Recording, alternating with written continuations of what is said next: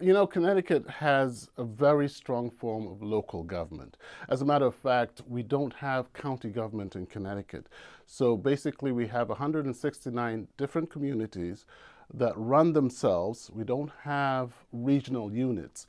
What we then have is a state government that has jurisdiction over the entire state, and that's how Connecticut is set up.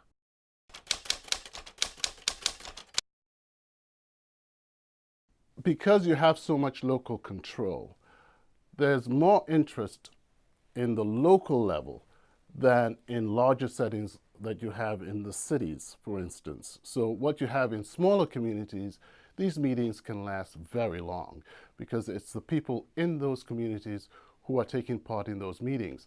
In the cities, you have a lot more experts showing up at these meetings. So the meetings tend to be much shorter and less local input in those meetings. The major problem in Connecticut is that the state is very dependent on income tax revenues from a small number of people who are billionaires in the state. A large part of the income tax fluctuation from year to year depends on what those people who depend on the stock market earn and report. And so what happened when there was a downturn in the economy, those returns fell precipitously.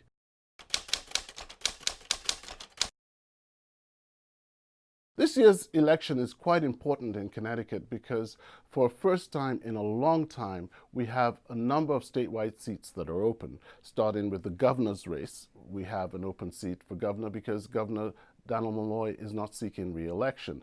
Same as the Attorney General's office and the Treasurer's office.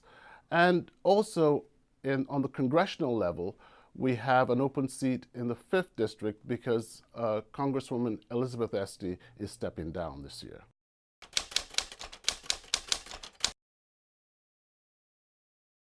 Much less so, because the parties are pretty evenly divided in Connecticut.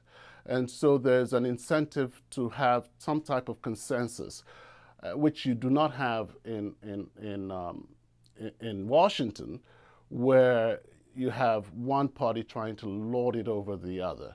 You have a situation in Connecticut where there's, to a large extent, there's been a tradition of trying to get bipartisan legislation through.